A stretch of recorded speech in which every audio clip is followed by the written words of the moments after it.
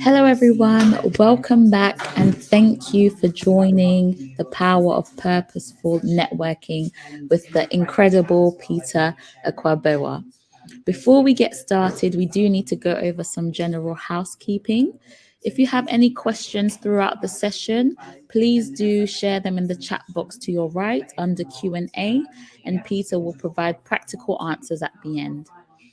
This session will be recorded and made available on demand on the BYP Network conference site. I will now hand over to Peter Akwaboah, Chief Operating Officer, Operations Technology and Firm Resilience at Morgan Stanley. Peter, the floor is yours. Thank you, Ruth, and for the kind introductions. Hi, everyone. And first of all, let me take opportunity to thank BYP for the opportunity to allow me to speak, and more importantly, to offer such a platform to such a wide group of people. I think is really fantastic. Let me also take the opportunity to say a special thank you to my sister, my friend, and a partner, Carla Harris, who I know spoke yesterday about authenticity, which I thought was very powerful, and I'm hoping that I can live up to that speech as well. Excited to be here today, to be fair, and I'd like to also thank Morgan Stanley, especially giving me the opportunity to speak here. As you know, Morgan Stanley is one of the sponsors. We take the whole DNI and we take some of these things very, very seriously. Our fifth value has been committing to diversity and inclusion, and it's an important part of what we have to do, not just around thinking about how we can support the society by hiring, but at the same time, how we can invest into the community as a whole. And so this whole topic today, which is the power of purposeful networking, is key part of what we have to achieve from within Morgan Stanley itself when you look at our culture. But more importantly, it is something which is also dear to my heart, especially when we start talking about this within the diverse community. And I'll give you some of the reasons why I think this is an important part. But before I go on and dive straight into it, I think that it's good to just at least give you a quick introduction about myself. And then hopefully through some of my experiences, what I've learned, I will use some of those to be able to explain why the power of a purposeful, and the key underlying word is purposeful, networking is important. So as Ruth said, I am Peter Akwaboah. I actually grew up in between the UK and Ghana. Came back when I was the age of 16. Finished my high school in the UK. Some people know it as A levels. If you're in the US, it's probably called high school. And I did my university in the UK. I did civil engineering, and there's a reason why I'm giving some of this history, because I'll put some of that in my talk itself. So I did civil engineering at Birmingham University. I carried on to do a master's and all sorts of other things, and then in the end, I pivoted to technology, where my first career was IBM. And then through that, I did engineering, technology, through IBM, went into consulting, then pivoted to banking. And then now I work for, obviously, Morgan Stanley as the Chief Operating Officer for Technology Operations and our firm Resilience. In between that, I've also lived in a number of countries, as I said, the UK, Ghana, part of continental Europe. I spent 8 years in Asia, came back to the UK, and now I live in the United States, and I've been here with the family for the last 4 years. So that's a little bit about my history. In terms of my when I'm not working, then I have also other passion. Once upon a time, I used to compete for United Kingdom and in track and field. So if you can look at the back of hopefully my picture, you can see me jumping. I was a triple jumper back in the days. And then on the other side is some of my medals itself. So life wasn't just about education. It was also about making sure that there is an all-rounded person that I have. And then when I wasn't doing that, I was also, I love music. So once upon a time, with my twin brother and a few others, we used to be a DJ. And so part of that in the United Kingdom, We set up the African and Caribbean Festival at the universities, as well as some of the things that hopefully goes on in the UK. If you're from the UK, called Star 100, which was an objective to get 100 Black people into the financial industry in the UK. And I do believe that we achieved that, and now it carries on through the UK as well. So I've been involved in all sorts of things, from education to my own personal life and so forth. So anyway, enough about me. Hopefully you know enough about me now. So let's just go into the power of networking itself, purposeful networking itself. And the first thing the first data point I will leave with you is that when you look at every research and every indication, they will tell you that roughly 70 to 80%, 85% of critical jobs tend to be filled through some sort of referrals or networking through that. So this is not just about networking for the sake of networking, but how do you ensure that it is incorporated within your overall personal development and overall career as well. And when the data points tells you that, we all have to take it seriously. And so that's the first thing I will leave with you. But then when I start moving further, what does it actually mean in practice, right? And there's a few things that I have learned throughout my career, and I will break it down for you, and then we can go through it in more details. But before I do that, my first question will be a question for you. On a scale of 1 to 5, for the people on this, how important do you think a purposeful networking it is to you? And the second part of the question, which I want you to answer in 1, is, well, how do you think you are relative to that in terms of using it wisely? And 5 meaning this is very important to you and you're using it wisely. 1 being is important to you, but you haven't been really using it relative to project your career or you as a person to be able to develop yourself. So throughout the chat and the Q&A, I'd like to see some of the answers coming through on a scale of 1 to 5. But just carrying on, the way I think about purposeful networking is not just about networking. It's about all-round package. And I give the analogy as building a house, okay? When you're building a house, there's 3 parts to building a house. The first part is your foundation. The second part is the structure of the house itself, which, by the way, all of us tend to look at the structure and forget about everything else. And then the last part of that is really the roof itself. So let's just break it down into different sections, and I'll give you some more color around that. So let's talk about the foundation. And within the foundation, the first thing I always say is that you have to excel at what you do. Purposeful networking is not just about that. You have to excel at what you do. Yesterday, Carla talked about the authenticity part of everything that we do. Excelling at what you do is like the foundation. It is the rock between anything you do. Make sure you do it to the best of your ability, right? That's the foundation. And when you look at a house, when you go and buy a house and you get a structural survey and the foundation is weak, most people will walk away, because most people think that that is an area where it requires a lot more structural correction, right? And so excelling at what you do at any point in time, building the credibility of your day job is fundamental in anything you do, right? And that's, for me, is a foundation. But as I've learned through that, and I measure myself on the scale of 1 to 10, doing the foundation right, in my view, only carries 3 out of 10. But it's a necessary 3 out of 10 as a foundation. I will give you my own perspective. Regardless of what I do, I've always made sure that I focus on my education. I work through from work. When I pivoted from engineering to investment banking, I made sure that I roll up my sleeves and get into the details. Even at my level right now, in my position, I roll up my sleeves. I get into the details when necessary, because you have to excel at what you do as a foundation. So that's the first part. But if you did that, it's 3 out of 10. The next part is the structure. When you walk on the street, There's a difference between whether you turn left or right, depending on the architecture and the street and the structure that you see for the house, right? Some houses, you look at the structure, you think that's excellent.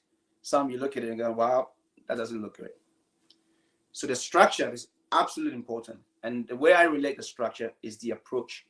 You as an individual, what approach do you use to achieve your job itself? And that is fundamental. Some of those includes, are you bold in what you do and you take risks, right? Do you own your own career? What approach do you use? Do you own your own career? I have a few things that I do in my own, in how I manage myself. Do you accept feedback as you acknowledge and accept feedback, or do you deny it? These are all the approach and style of what you do going forward. And I'll give you some examples. My own few tips that I have is I have a 24-hour rule when it comes to emails and things. When I see an email and I'm really upset about it, I never reply to it. I put it to draft and I reply the next day. So I apply a 24-hour rule. When it comes to purposeful networking, after 3 emails, I pick up the phone.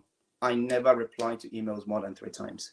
I believe in the fact that a phone call, an interaction will get me something quicker and will allow me to network quicker than, in my view, hiding behind emails. So these are some of the practical things I do. I also then believe in accepting feedback and also learning from that feedback. And I have one example. And back early on in my career, I was managing one of the projects. All the senior guys were at home. I was the only one in the office, as you do. We got onto the conference call to try and sign off to go live on this project back in technology. I needed 4 people on the call to sign off. 3 of them dialed in. 1 person did not dial in. All senior guys. I know that person had a friction with my boss, but that's nothing to do with me. Anyway, my boss asked me to call this individual at home and asked him to dial into the conference call. So what did I do? I put the Polycom on mute, on hold. I just dialed this guy at home. He wasn't there, so I left a message on his voicemail. I came back into the conference call and I said, I'm sorry, I couldn't get a hold of him, so I left a message on his voicemail. And guess what? Halfway through going through that, my boss started saying a few words about this individual. And then halfway through, all we heard was a long tone, "Ooh, you have reached the end of the voicemail." I have recorded my boss's way of describing this guy on this guy's voicemail, right? Those are lessons learned that always sticks with me because I made that mistake. I learned from it and I make sure I stop and think for the next time. So accepting feedback, learning from your mistakes are all part of the approach that you use to achieve your job, and it's important. Other things I do is, do you prepare before you get into meetings? Do you practice your public speaking all the time? These are important parts of what you do when you start thinking about building the credibility to get to purposeful networking. But if you did all that, the structure still carries another 3 out of 10. So I've talked about 3 out of 10. I've talked about another 3 out of 10. Now let's get to the roof. The roof is absolutely one of the most important things. So if 3-3 means the roof carries 4. But in my view, the roof is where a lot of us don't spend a lot of time, in my view. And so I'd like to hear some of the comments around that. The roof is about your broader influence in society. Your broader influence in terms of giving back. How well do you network?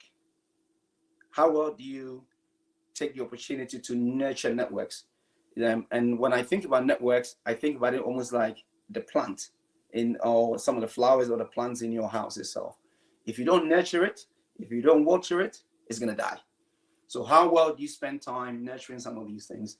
And the roof, I think, carries 4 out of 10.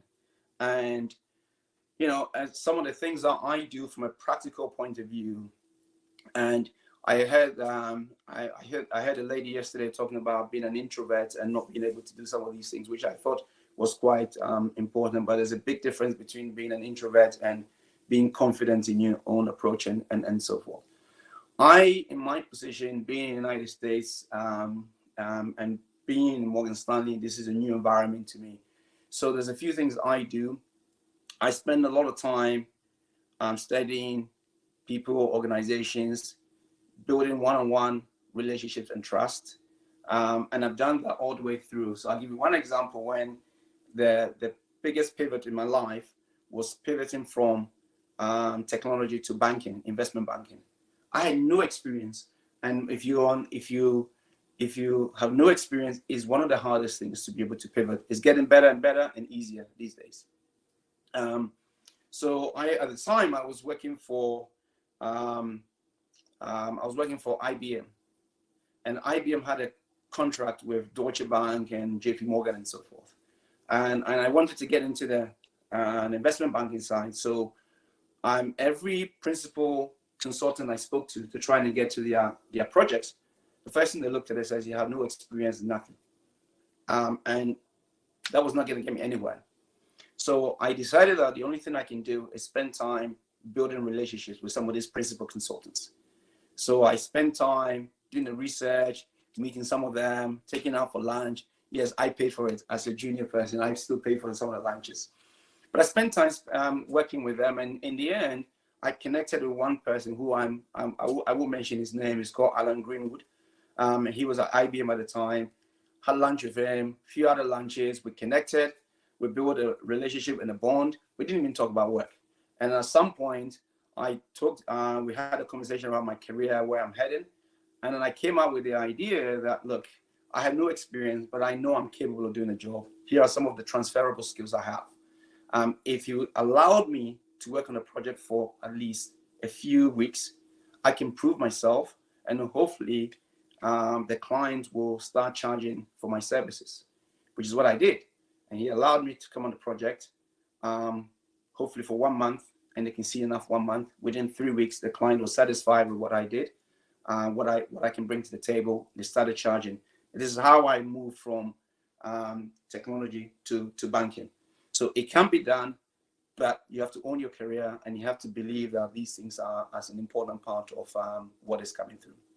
So I wanted to leave you with some of the importance around networking itself and the strength itself. The last thing I have is that Carla talked about authenticity, and I relate that to the roof, and the roof being 4 out of 10. One of the things within the roof is that it is important that you focus on your strength and not your weakness, and you be authentic to yourself about who you are, and that will get you further. I spend more time on my strength than my weakness, and I believe that if I take an 80-20 rule, 80% of the time I'll do things right, 20% of the time will be my weakness. I have no time to spend 80% of my energy on 20% of my weakness. I spend 80% of my time on 80% of my strength, and 20% of my time on 20% of my weakness. And that's how I focus on it. Because if you let your strength exceed your weaknesses, you should move in the right direction. And Carla said, be authentic to yourself, stay true to yourself. You will notice I lived in the UK, I lived in Ghana. I made a conscious decision that I will be who I am. If Kofi Annan can speak with an accent, if Nelson Mandela can speak in an accent and still succeed in society, I should be able to do that as well. So I stay true to myself. I use my strength to be able to move forward. I'm a 6'4" Black, and I'm proud of it. And when I walk in the room, I command attention. The question is, how do you turn that attention into something that everybody sees as a strength? Because you're knowledgeable, you're credible, and you have built your foundation very, very strong. And so nobody can challenge you on that. These are the important part of what one has to think about. So to try and finish off so that we can go into a little bit of questions and so forth. What I've talked about is think about your career as building a house. The foundation is important, but it gives you 3 out of 10. The structure is important, but it gives you another 3 out of 10. The roof is absolutely important. We have to spend some time there. It gives you 4 out of 10. What you're trying to do is balance and get the points all the way through. But it's not one versus the other when you start thinking about a purposeful networking.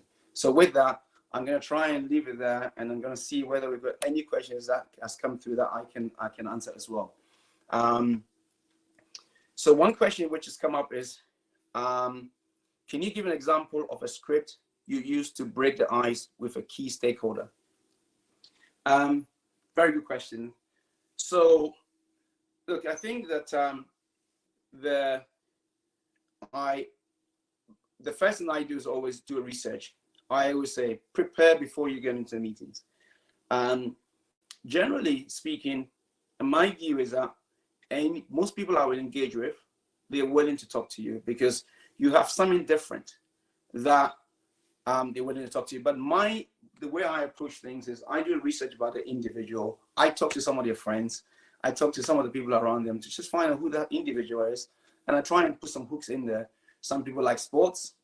Some people want to talk. Some people like education. Some people like other things. So as long as you can find out what makes sense for that individual, you can engage with that. I'm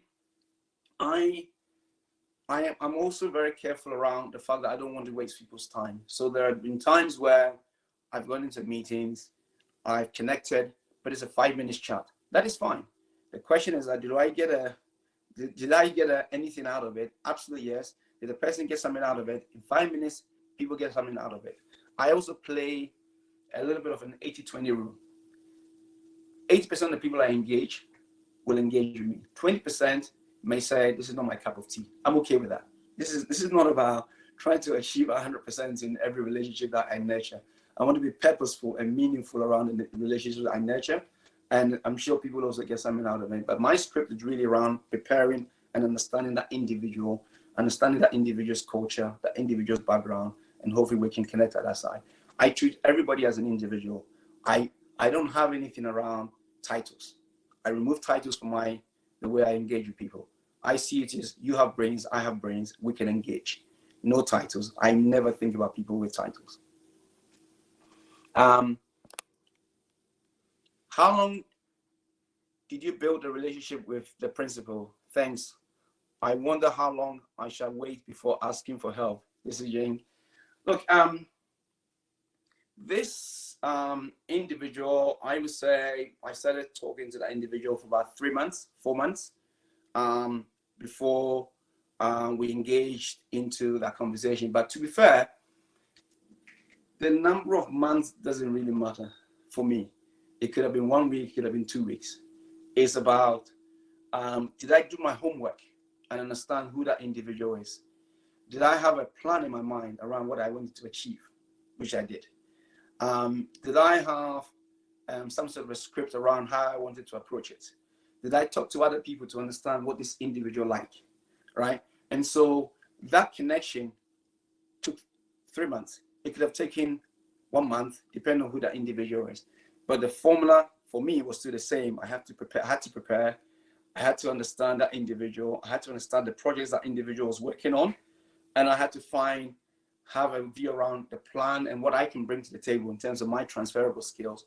And I had to be prepared to be able to have a conversation which that individual looked at it and said, right, okay, you don't have what it takes right now, but I can see a potential in you and I'm prepared to bet on you, right? And so that's some of the things that I focus my attention on.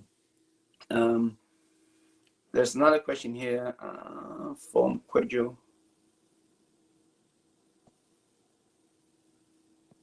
How do you manage as a startup when you don't have enough employee capacity? And as a founder, you don't have good financial strength to hire. In such a case, I guess you have to lean about weaknesses. Kwejo, good question.